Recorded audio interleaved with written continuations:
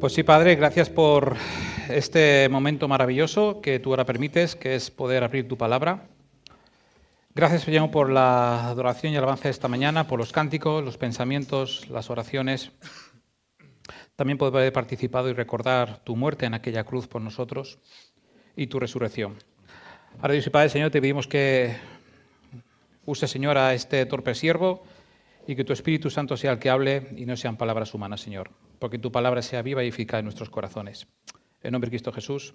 Amén. Bueno, buenos días a todos. Siempre digo que cuando me toca compartir me pongo muy nervioso porque significa ser vocero del Padre, del Creador de cielos y tierra, del Rey de Reyes y el Señor de Señores. Y siempre le pido a Él que sea su Espíritu Santo el que hable y que no sean mis torpes palabras. Yo hace 3 semanas tenía muy claro lo que iba a compartir, pero hay un refrán que dice que el hombre propone y Dios dispone. Y yo voy a contar por qué. Porque no es que una persona tenga la culpa, pero Dios utiliza su forma de ser. Yo estaba ayer estudiando y estaba preparándome y recibí una llamada. Y me dicen: Ginés, estoy por aquí, voy a tu casa con un amigo, queremos hablar del Evangelio. Y yo le digo: estoy estudiando. Y no sé por qué sentí en el corazón que tenía que recibirlo. Y vinieron a casa, no, si serán 20 minutos. Si no cortamos, nos da casi las uvas. ¿Y qué quiero decir con esto? Que ahí el Señor fue poniendo en mi corazón, dice, el foco que tenías está bien, pero esto. Y ayer tarde y en la madrugada, pues el Señor me ha dado luz de lo que quiero comentar esta mañana con vosotros.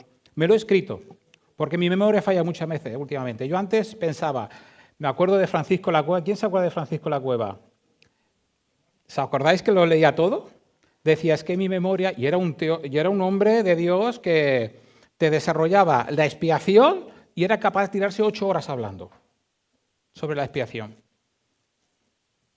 Y él siempre lo llevaba todo escrito porque decía, mi memoria ya no es la de cuando era joven. ¿Y qué razón tenía? ¿Y qué razón tenía? ¿Y qué he hecho? Pues me lo he escrito porque por si me pierdo, no quiero salirme ni un apéndice de lo que sentí en mi corazón. Bueno, no está. Vale. Vamos a hablar el tema que he puesto en esta mañana y son las 12:02. Y doy gracias por acabar a las 12. Entonces, ahora yo tengo el compromiso de acabar a las 12:30. ¿Vale? ¿De acuerdo? Voy a intentarlo. Entonces voy a pedir al Señor que me dé las palabras justas y necesarias para comentar esta. Por eso es una de las cosas por las que me lo he escrito, para no alargarme más de lo que tenga que decir. Bueno, vamos a hablar hoy de... El título que le he puesto hoy es Las huellas de Cristo. Y cómo el Señor esta mañana ha preparado la reunión.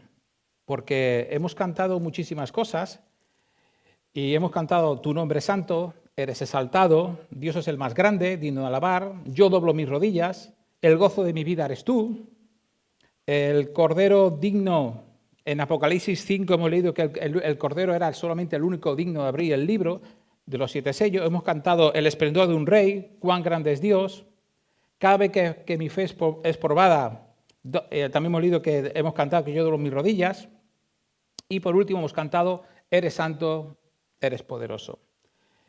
Y luego, que yo pensaba que ya Wilson, digo, ya no hace falta ni que... Porque ha abierto la palabra perfectamente, expiación. En el Levítico. Os recomiendo leer el Levítico. Es un libro que refleja todo el mensaje de Cristo Jesús en el Antiguo Testamento, reflejado para nosotros.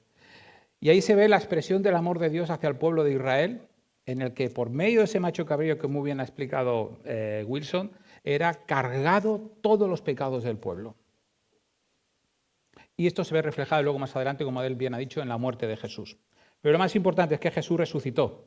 Ya a su tiempo, cuando Él lo crea conveniente, porque nadie sabe el día y la hora, Él volverá. Como bien ha dicho Diana, esto es una profecía y ocurrirá. Bueno, vamos a leer en Juan 14, 6, y después voy a poner un pequeño vídeo que dura 59 segundos. No sé si os gustan las series, pero a mí hay una serie que me gusta mucho que es de Los Elegidos, que lo dan bastante, creo que van por la 4ª temporada ya, o la 5ª, no me acuerdo ahora. Pero hay situaciones en las que a mí personalmente me ayudan a poder expresar lo que en esta mañana el Señor ha puesto en mi corazón. Dice el Señor en la Reina Valera, dice, Jesús les dijo, yo soy el camino, la verdad y la vida. Nadie viene al Padre sino por mí. Y en la Nueva Traducción Viviente dice, Jesús le contestó, yo soy el camino, la verdad y la vida. Nadie puede ir al Padre si no es por medio de mí. Y aquí he puesto una palabra que es Derek. Es una palabra hebrea. Yo no soy, perdóname, hoy lo he utilizado porque quería entender realmente lo que significaba este versículo. Y es una palabra original del hebreo, ¿vale? Entonces, yo no sé hebreo, lo digo de antemano. O sea que si alguien, algún erudito aquí en hebreo quiere rebatirme, me va a ganar. Así lo digo de antemano, Pero sí me ayuda a mí a entender muchas veces palabras, cuál era el significado que realmente quería mostrar el escritor o que Dios puso al escritor. Si podemos poner el vídeo.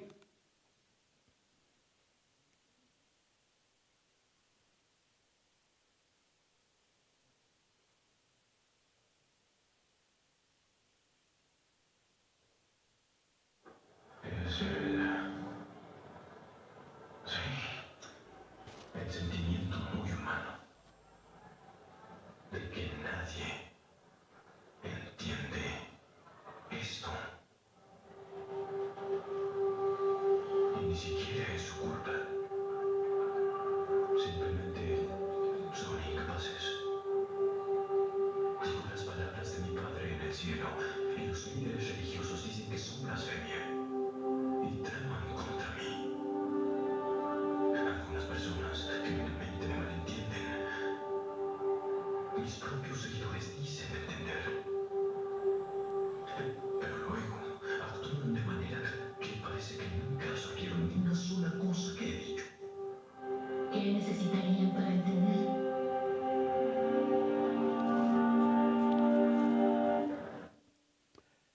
Si vuelves al PowerPoint.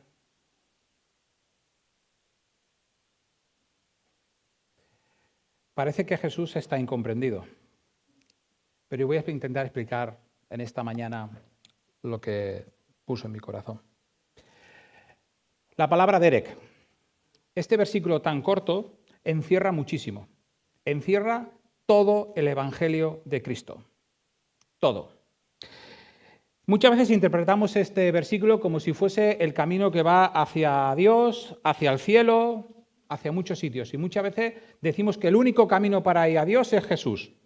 Es correcto. Pero ayer tarde me quedé pensando, y tengo un libro de estos que tiene mi padre, de estos que son antiguos, que ya están las páginas amarillas, y me fui a buscar este versículo y había la palabra del original en hebreo, y me encantó esta palabra. Dice, la palabra camino en hebreo es derek. Lo leo tal como lo recogí. Significa sentido de manera o modo. O sea, Jesús dijo, yo soy la manera, el modo, soy el molde. El estándar de comportamiento. O sea, Él es el molde a seguir, el estándar para el comportamiento que tenemos que tener como hijos de Dios. Muchos quieren a Jesús solo no como un camino, sino lo quieren como Salvador. Y no quieren comprometerse a imitarlo. A seguirlo como si fuese realmente el molde que Él se hizo, porque sobre ese molde fuimos todos, con el ejemplo del bautismo, morimos para el mundo y nacimos para Cristo. Muchos quieren a Jesús como su Salvador, pero no lo quieren como Señor. Cuando dice, yo soy el camino, está diciendo, yo soy el molde que tú necesitas para caminar por esta vida y para llegar al Padre. Y esta es la estándar y la forma del comportamiento. Y el reflejo del comportamiento es, ¿quién es? Jesús. Tengo dos preguntas en esta mañana. ¿Crees que Jesucristo es el Señor?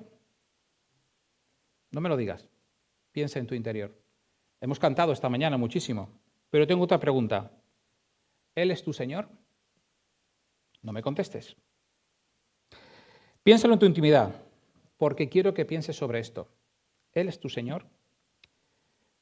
Una cosa es decir, creo en Jesús, Él es el Señor, que es la primera respuesta, que Él es el Señor, pero la segunda pregunta es, piensa específicamente lo que significa si Él es tu Señor. El Señor de tu lengua, de tu tiempo, de tu riqueza, de tus tesoros, de tu testimonio, de tus talentos, de tus obras, así como de tus palabras. En el Nuevo Testamento se mencionan casi 747 veces la palabra Señor, más que la palabra Salvador. En Hebreos 2:36 vimos que allí, cuando Pedro se presenta delante del pueblo, a este Señor crucificasteis, al Señor de los cielos. ¿Cuántas veces vamos a la iglesia? Mirad, yo en mi casa jugaba hasta con mis hermanas, nunca se me olvidará, cogía a mis hermanas y estaba yo también y jugábamos al culto. Sí, así. Estábamos acostumbrados a ir los domingos, íbamos el domingo por la mañana a la escuela dominical, y luego íbamos a la reunión de evangelio, luego acompañaba yo a mi padre al estudio bíblico y luego íbamos a la reunión de oración que era los miércoles. Claro, los pocos días que quedaban, ¿a qué jugábamos? A lo que estábamos acostumbrados. Y me acuerdo que cantábamos y hacíamos que escuchábamos. Me acuerdo que entre mis hermanas y yo cogíamos un libro de la Biblia, de la escuela dominical, o lo que mi padre había comentado durante el culto familiar que hacíamos los sábados. Así, jugábamos tranquilamente. Pero yo te pregunto una cosa, ¿cuántas veces vamos a la iglesia? Yo podría casi decir que toda mi vida. Yo entré... ¿Qué edad tenía? Meses tenía cuando mis padres entraron por primera vez en la iglesia. Cuando vamos a la iglesia, cantamos y escuchamos a los predicadores, cuando por fuera vivimos relativamente de buenas, venimos, nos ponemos el traje. Yo me he puesto hoy el traje. Perdona, yo es una costumbre que he cogido, que cuando tengo que compartir me pongo la chaqueta. No es por nada. Pero nuestro corazón muchas veces está lejos de Dios. Puede ser que vengas a la iglesia, puede ser que vengas a la reunión de oración, puede ser que ministres, puede ser que hagas muchas cosas. Pero si no tenemos esa vivencia y experiencia en Cristo, muchas veces esto hace que se rompa todo nuestro molde. Y ahora está muy de moda llevar doble vida. Doble vida. Y por desgracia, eso también pasa entre nosotros.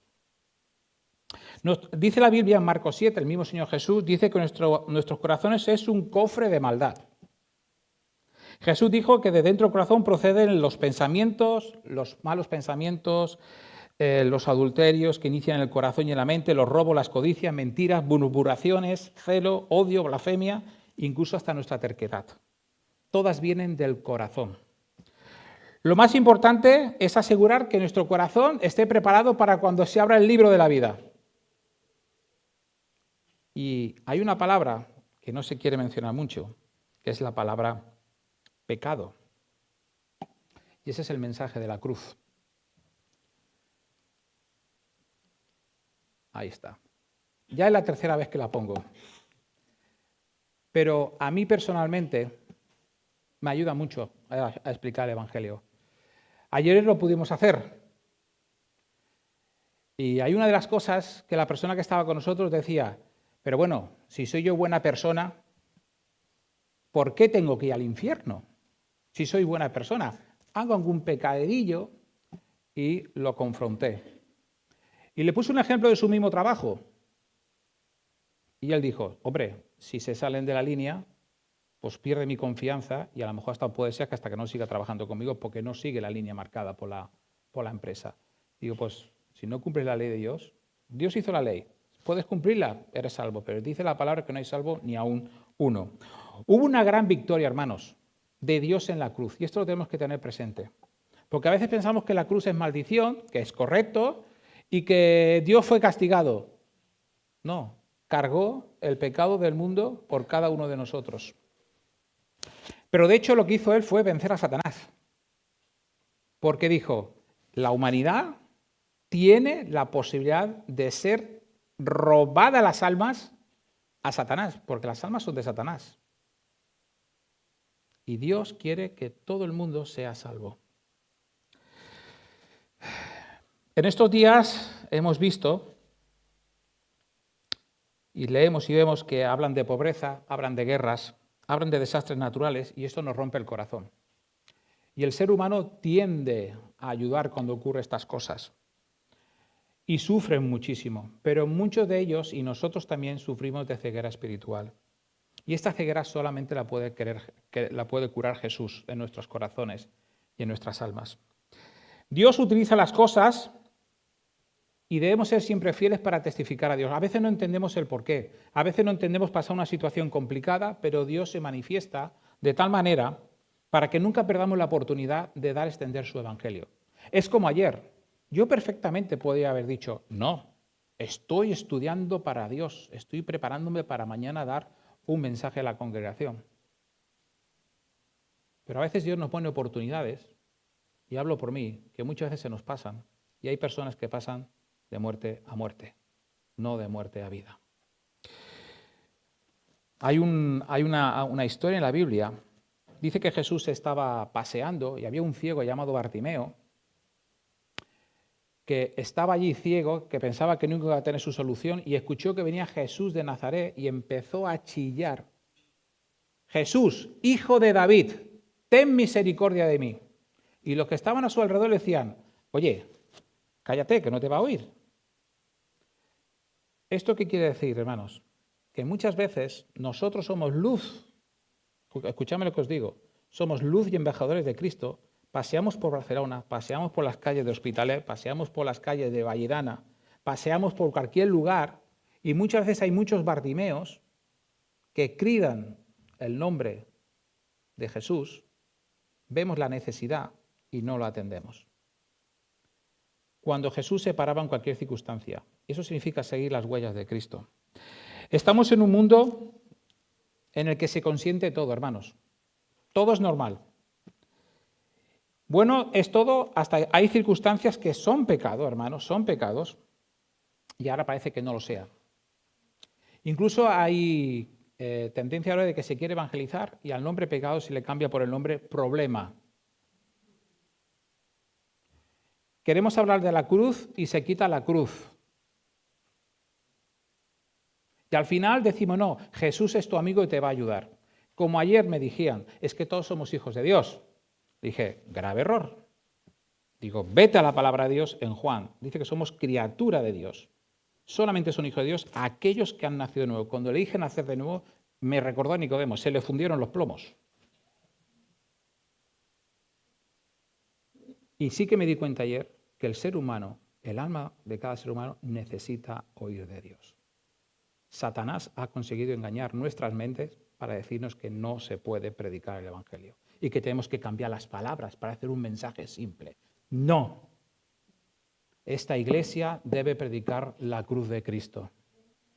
Esta iglesia debe predicar y cada uno de nosotros que el que es pecado es pecado. Y si cree en Jesucristo es perdonado. El que es culpable es hecho inocente. El que es muerto es hecho vivo. El que es sucio es hecho limpio. El que es esclavo es libre. Como le dije ayer a este señor, o a este amigo, le dije, eres enemigo de Dios. Si quieres ser amigo de Dios, tienes que cruzar y dejar que la sangre de Cristo cambie tu vida. Y de esta manera serás amado, no habrá la ira de Dios. Y todo esto es por fe. Y hay una solución. Porque os digo una cosa, todos estamos en este mundo con un propósito.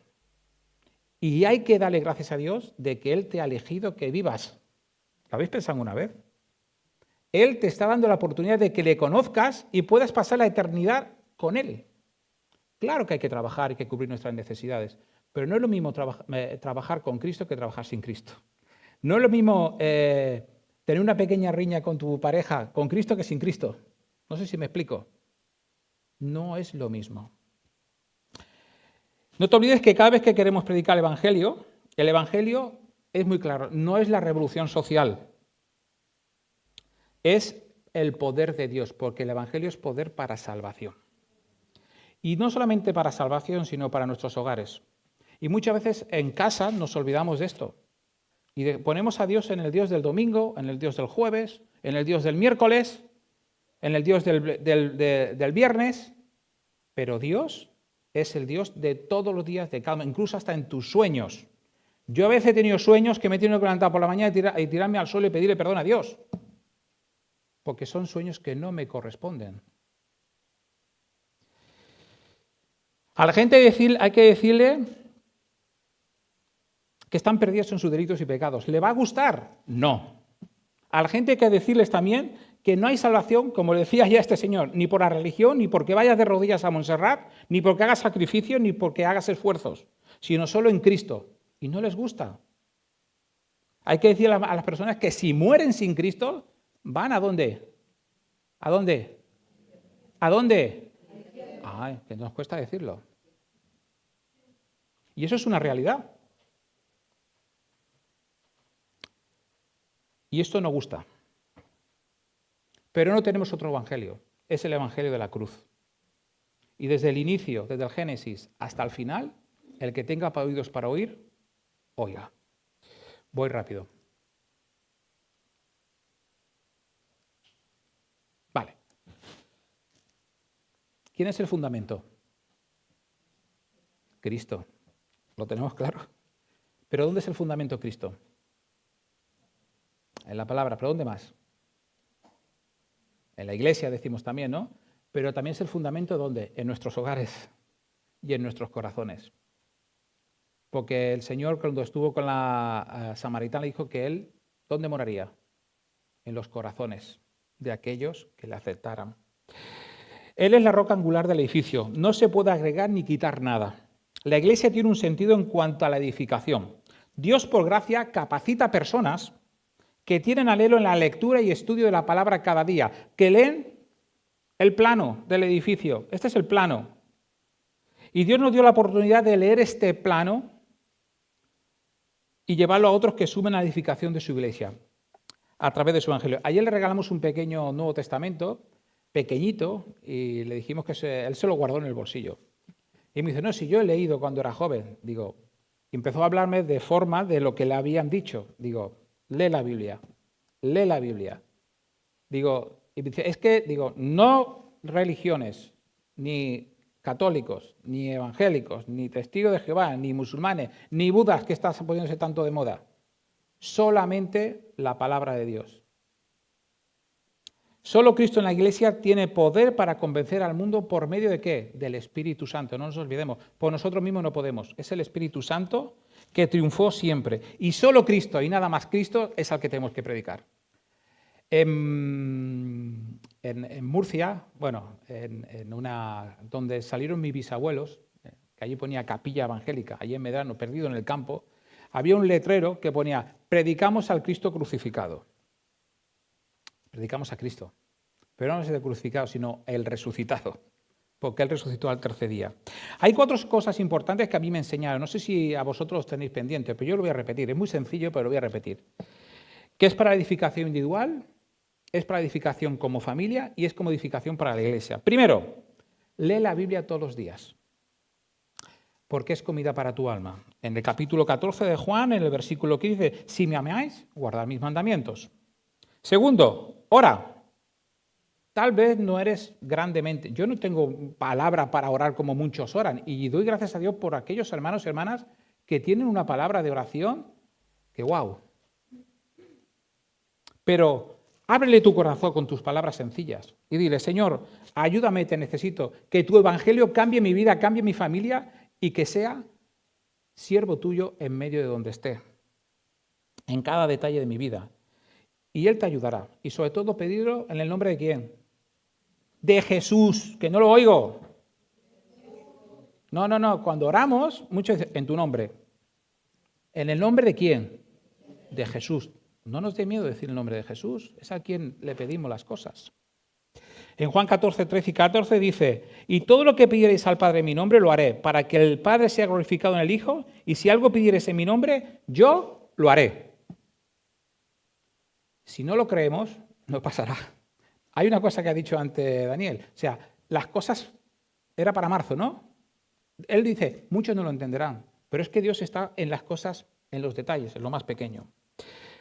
Tercero, sé testigo de Cristo. Di a las personas que te rodean, esta tarde, mañana, de que en la reunión del domingo Dios te tocó el corazón y que transmites a otros lo que has escuchado. O que lo que has leído esa mañana, el Señor te ponga a alguien para poder testificar de lo que el Señor ha hablado en tu corazón mientras meditabas. Esto ayudará a cambiar tu vida, tu medio, tu círculo de trabajo, incluso en tu familia y en la iglesia. Y te ayudará a ganar a otras personas para Cristo. De esta manera empezará a reflejarse lo que es el carácter y el fundamento de Jesús, que está en Gálatas 5, capítulo 28, que son los frutos del Espíritu Santo. Gozo, paz, paciencia, fe, templanza, mansedumbre, todos ellos se reflejan. Y en cuarto lugar, congrégate en una iglesia, en un lugar. La iglesia somos los que estamos aquí, pero concrétate donde esté la iglesia. O una iglesia, sobre todo, donde se proclame el nombre de Cristo, donde se proclame la cruz, donde se proclame que Jesús es el único mediador para salvar al mundo de nuestros pecados y delitos, donde se proclame que Cristo va a volver otra vez, porque eso es una verdad, lo estamos dicho esta mañana. Cristo volverá otra vez y que es la esperanza para la vida eterna. Pero muchas veces, ¿sabéis qué ocurre? Que habemos un montón de personas, y ahí me incluyo porque a mí me ha pasado en mi vida, donde esperamos que nos sentamos en los bancos y esperamos que nos digan lo que tenemos que hacer. ¿No os ha pasado eso? A mí me ha pasado. Cuando Cristo en nuestra vida, el Espíritu Santo habitando en nosotros, que no hace otra cosa que remover nuestro interior para servirle, nos dice que tenemos que darle a conocer. Y darle a conocer es tan sencillo como acercarte al hermano o a la hermana y decirle, ¿cómo estás? Tendemos todos a decir, estoy bien. Pero pregúntale otra vez, ¿cómo estás? ¿Necesitas que ore por ti? Y ahí inmediatamente se produce el hecho de que empieza a manifestarse el corazón de Jesús en tu vida hacia los demás.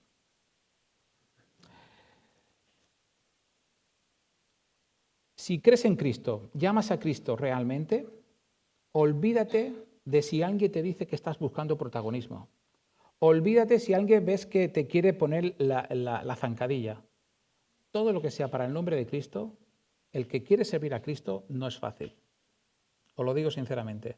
Seguir la huella de Cristo no son fácil. Dime cuánto tiempo pasas a solas con Dios, leyendo, orando, y se verá reflejado si Cristo está en tu vida. Una cosa he aprendido muchas veces como pastores, como ancianos, como ministros que participamos en la escuela dominical o cualquier otro ministerio, pasamos mucho tiempo preparándonos para ese momento, para el púlpito, para estar con los niños, orando por la gente que estamos atendiendo, pero no pasamos a veces tiempo a solas con Dios. No sé si me estáis entendiendo. Nos focalizamos mucho en las cosas o en lo que tenemos que hacer, en servir, pero estamos sirviendo a la gente. Cuando Dios quiere que sirvamos es pasar tiempo a solas con Él. Yo esto me lo explicó un hermano que ya está en la presencia del Señor, que es Eri Bermejo. Y a mí esto me costaba entenderlo. Digo, hombre, si yo estoy sirviendo al Señor. Pero cuando él me decía, Ginés, ¿cuánto tiempo abres tu corazón al Señor a solas? ¿Cuántas veces le has dicho que Él te dé una palabra de consuelo para tu vida? Porque normalmente tú te preparas para los demás, aunque siempre decimos que también es para nosotros. Leí una historia que me impactó y a raíz de circunstancias que han pasado hablando con Joel y con otras personas, de personas que son muy importantes, entendeme, dentro del mundo cristiano, y vemos que ocurren cosas.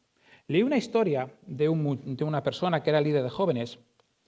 Era un líder que cantaba y predicaba y había hecho muchísimos discípulos entre los jóvenes, pero un día se marchó a otro lugar y ya no se supo más nada de él. Dice la historia que uno de sus discípulos, un día paseando por las calles de una calle en un país, creo que no sé si era Venezuela o Chile, no me acuerdo ahora, dice que iba paseando y se encontró a este líder en una esquina, borracho y medio sucio. Dice que se acercó y le dijo que si le conocía y le dijo que él era uno de los discípulos que él había enseñado y que gracias a cómo le había enseñado, él tuvo el deseo de servir al Señor. Dice que este hombre le hizo sentarse y llorando le dijo, ¿estás sirviendo a Dios? Y él dijo, sí. Dice, no cometas el error que cometí yo. Yo no pasaba tiempo a solas con él. Yo me preparaba para los demás y para que todo el mundo, ¿cómo se dice?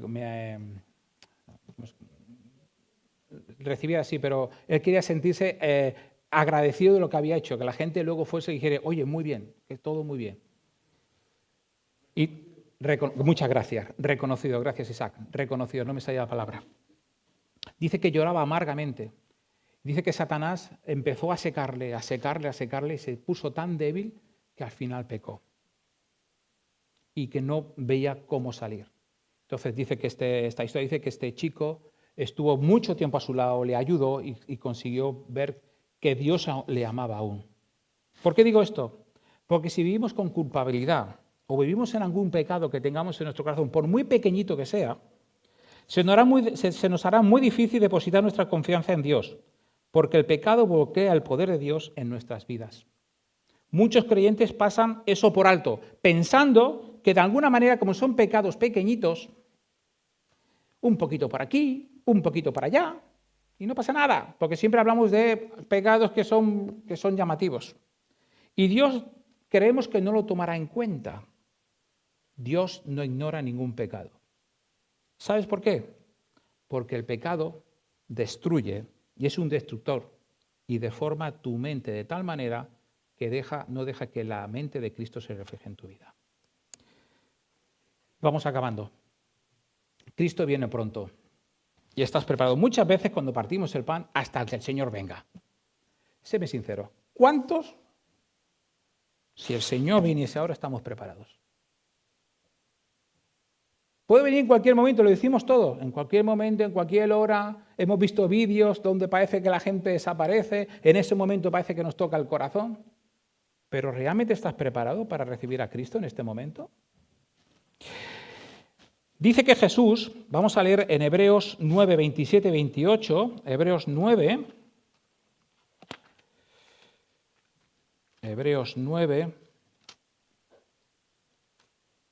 27 y 28 dice, y de la manera que está establecido para los hombres, que mueran una sola vez y después de esto el juicio, así también Cristo fue ofrecido una sola vez para llevar los pecados de muchos y aparecerá por segunda vez sin relación con el pecado para salvar ¿a quién? A los que le esperan. Dice que Jesús soportó 5 heridas básicas durante la crucifixión y los médicos lo definen de la siguiente manera. Primero, tuvo contusión, lo golpearon en la cabeza, lo torturaron y le pusieron una corona de espina en su cabeza por ti y por mí. Laceración, el que quiera que busque la palabra en el diccionario español y le pone la descripción. Dice que le descubrieron la espalda y con látigos de cuero largos, con unos ganchos de acero que estaban en la punta, empezaron a golpearlo hasta que sangraba desde arriba hasta abajo. Era un método romano que utilizaban antes de que el preso fuese llevado a la crucifixión. Penetración, cuando le entregaron la corona de espinas en la frente y su cabeza comenzó a sangrar. Él soportó todo el peso del pecado desde la cabeza, como bien ha dicho antes Wilson. Fue puesto todo el pecado del mundo en su cabeza. Hubo una perforación, cuando le clavaron los clavos en sus manos y sus pies. Hubo una incisión, cuando le traspasaron la lanza en el costado. Ese sufrimiento, esos clavos en sus manos y pies, los pusimos tú y yo. Y dirás, ¿cómo si yo no estaba? Porque todos tuvimos parte en la muerte de Cristo. En todas tus actitudes que tienes cada día, cuando tú sabes que estás en contra de Dios, quieres borrarlo, quieres eliminarlo, pero no quieres confesarlo. Le estás poniendo un clavo, porque no te interesa que haya alguien que manifieste que estás en pecado. Y Él los puso en la cruz por nosotros y lo llevó por ti y por mí. La Biblia dice que vendrá un día cuando Dios sacudirá los cielos y la tierra y ese será el día de salvación para los que le esperamos, para los que conocemos a Cristo. Pero será el juicio para los que no le conocen. Y yo la pregunta es, si no le conoces, ¿estás preparado? Porque dice la Escritura que debemos prepararnos para el encuentro con Dios. Habrá un juicio y se abrirán los libros, como hablábamos ayer. Se leerá todo y por muy buena persona que seas, y me decía, bueno, ¿y si hay un hombre que ha robado, que ha asesinado y tal, y se arrepiente, es salvo? Digo, Si Dios ha tocado su corazón y se arrepiente de sus pecados, sí. Le conté el testimonio de una persona, del hermano este que ya habló Latin King, y él se acordaba y se quedó impactado, ¿no? Y ya para acabar, ¿te has preparado? Dirás qué debo hacer para prepararme. Si vas a la iglesia de vez en cuando, si fuiste bautizado, si participas de la comunión, pero si dentro de ti no estás seguro, vuelve a Cristo o pídele perdón. Porque hay muchos que creen conocer a Cristo, pero no lo conocen. Y nos llevaremos muchas sorpresas. Y voy a acabar con una paradoja del hermano Paul Washer, que estuve leyendo un libro y me gustó esta frase, y acabo con este texto, porque lo he aplicado a mi vida y espero que os sea de bendición. Dice así: he aquí la paradoja de la vida cristiana. A medida que avanzo con Cristo en el momento de mi conversión, percibo algo de la santidad de Dios y veo parte de mi propio pecado. Esto genera en mí cierto quebrantamiento y una necesidad de Cristo, pero no es un quebrantamiento que lleve a la desesperación porque veo a Cristo. Él suple mis necesidades y así la tristeza se transforma en gozo. Conforme camino en la vida cristiana, cuanto más envejezco, más veo a Dios, más pecado descubro en mí y más quebrantado me siento. Sin embargo, cuanto más veo de Cristo, mayor es mi gozo. Y así se da esta paradoja. Al final, estás más quebrantado que nunca. Ves más de tu pecado que jamás habías visto. Y aún así te regocijas más que nunca, porque estás viendo más de Cristo que en cualquier otro momento. Que el Señor bendiga su palabra y que Él nos ayude a seguir sus huellas y sobre todo a recordar que Él es el medio para seguirle. Y hay un corito que dice: he decidido seguir a Cristo, no vuelvo atrás, no vuelvo atrás. Y espero y deseo que este sea el dogma en nuestra vida cristiana, porque un día estaremos todos juntos disfrutando de su presencia, porque será una eternidad. O sea, nuestra vida aquí en la tierra comparado con lo que estemos a Él, es infinito. Yo a veces me rompo la cabeza qué haremos allí. Me acuerdo una noche con José, nos tiramos casi toda la noche entera sin dormir, hablando de eso, qué íbamos a hacer allí. Pero al final, lo más importante es que nuestros nombres estén en el libro de la vida. Que el Señor nos bendiga. Oramos. Pues sí, Padre, gracias te damos por este momento que tú nos has dado. Bendícenos, Señor. Bendice ahora nuestros corazones para esta semana. Que tu palabra, Señor, riegue nuestras vidas y que sean fuente de agua viva, Señor, constantemente. Ayúdanos a ser testigos tuyos en medio de nuestros hogares, en nuestros trabajos, en la congregación, y a servirte como tú te lo mereces, Señor, como el Dios que todo lo puede, Señor. No por obra, Señor, sino porque caminamos en ellas. Esto te lo pedimos en nombre de Cristo Jesús. Amén.